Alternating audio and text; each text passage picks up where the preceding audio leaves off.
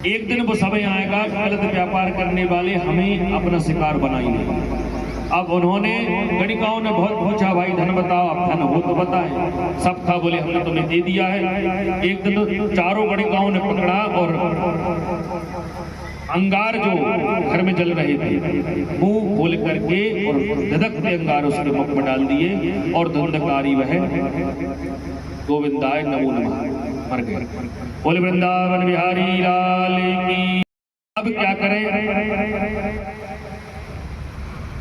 गणिकाओं ने कहा कि अब करें क्या? यदि अपन यहाँ रहेंगे, इनके साथ रहेंगे तो कल हमें दंड भी मिलेगा। राजा देख लेंगे कि भाई उन्होंने बताओ विप्र देवता के पुत्र को मारा है।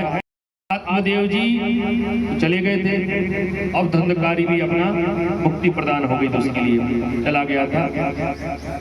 अब गोकर्ण जी आए तो कहते हैं कि भाई हमारा घर परिवार है। साफ सफाई जब उन्होंने की और रात में वह शयन कर रहे थे। शयन करे तो देखते हैं एक बहुत बड़ा एक प्रेत है और कहते हैं अहम भ्राता त्वदीयोऽस्मि धुंधकारी नामता स्वकीने येव देवेशो व्रतत्वं नासितं मयः। कह रहे हैं ये कौन है? तो जैसे ही उन्होंने गोकर्ण जी ने देखा कि भाई कोई बकरा बन रहा है, प्रीत बन रहा है, कोई ब्रह्म, ऐसे ऐसे जब उसने रूप धारण किए तो उन्होंने सीधा धुंधकारी के ऊपर गायत्री मंत्र जल के वह हमारे गोकर्ण जी ने जैसे ही जल दिया तो वह अपने रूप में आ गया। और रूप में आकर कहते हैं अहम भ्राता का निचोड़ निकाल कर श्रीमद् भागवत प्रारंभ की। बड़े बड़े विप्र देवता वहां पर पधारे और आकर के वह श्रीमद् भागवत श्रवण करना प्रारंभ कर दिया। और बड़े इतनी अच्छे श्रीमद् भागवत प्रारंभ कराई, इतना आनंद प्रदान हुआ। एवं सप्तदनी चैव सप्तग्रंथि विभेदनम्मा, जो शास्त्र में कहा गया है कि एक 7 ग्रंथ वाला एक बांस लगाते हैं। अब गोकर्ण जी ने कहा कि भाई प्रेत को हम बिठाल तो रहे हैं, जैसे ही हवा चलती तो वह उड़ जाता। अब धुंधकारी को कैसे बिठा ले? तब विप्र देवताओं ने उन्हें श्रीमद् भागवत में लिखा है कि 7 ग्रंथि वाला एक बांस लगाओ, उस बांस में छिद्र होता है, उसमें जाकर वह धुंधकारी बैठा और बड़ी निष्ठा से वह श्रीमद् भागवत सप्ताह ज्ञान को श्रवण। सब दिनों के बाद धीरे धीरे एक एक दिनों में वह करनी चटकने लगी और आखिरी में वह 7 दिनों में वह 7 गांठें चटक गई और वह धुंधकारी की वह मुक्ति प्रदान हुई। प्रभु बोले वृंदावन बिहारी लाल की जय।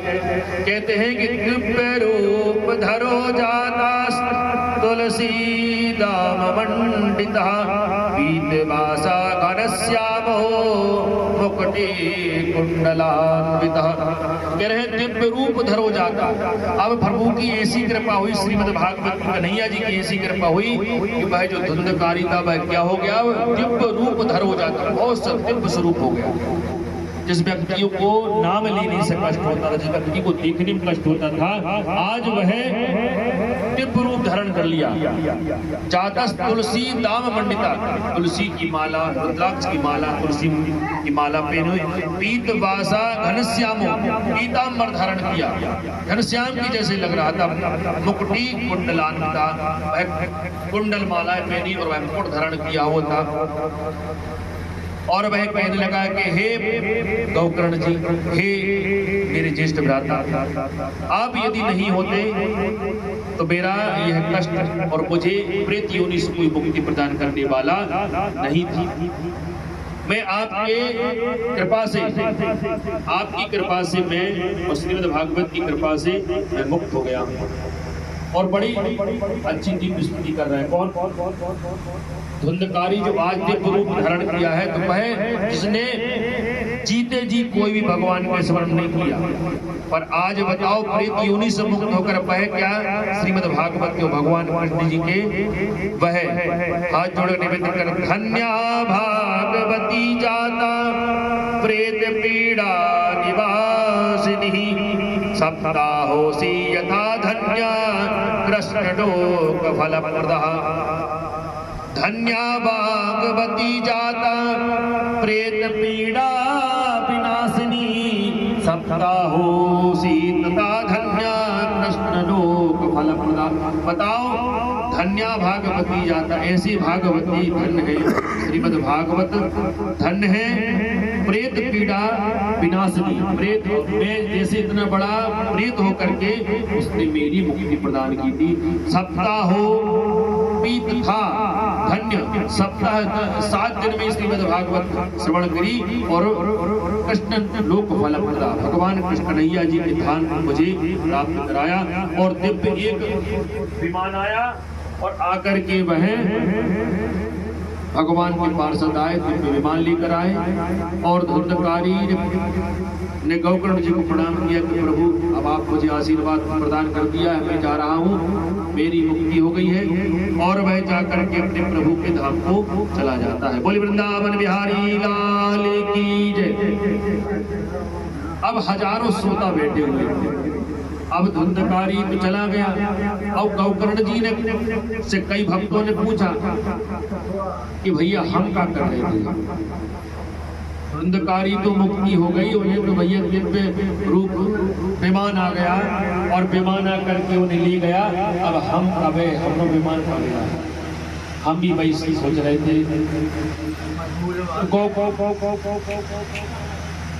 गौकर्ण जी कहने लगे भैया आपके लिए भी विमान आएगा। तब सब कह लगे कब विमान आएगा, अभी तो हम चाह रहे हमारी अभी मुक्ति हो जाए, तुम्हारा विमान कल आए तो कल तक हम रुक रहेंगे। प्रसाद तो आज ही भूख लगी तो आज ही प्रसाद ही मिले, कल मिले तो हम कमल उमल देख पा रहे कि नहीं।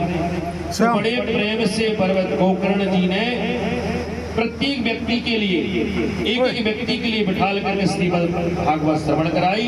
और श्रीमद् भागवत श्रवण करने से प्रत्येक व्यक्तियों के पास विमान आया और एक व्यक्ति के लिए विमान आया और प्रभु की कृपा से उनका कल्याण हो गया। बोले श्रीमद् भागवत महापुराण की जय।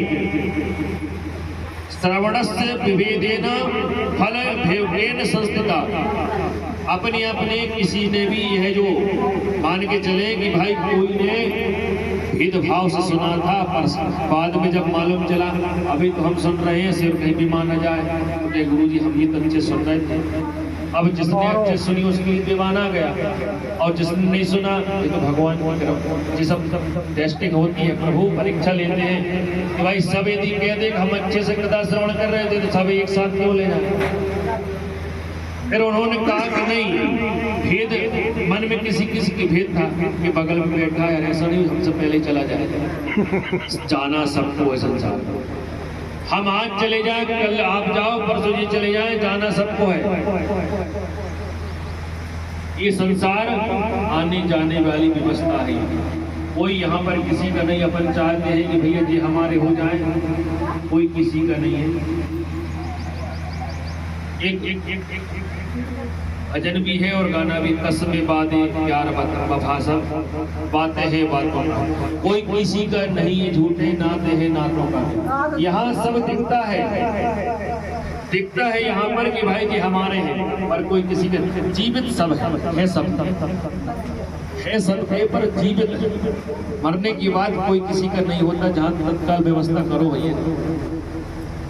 अरे कसमें बातें प्यार वफा सब बातें हैं बातों का क्या, कोई किसी का नहीं ये झूठे नाते हैं नातों का क्या।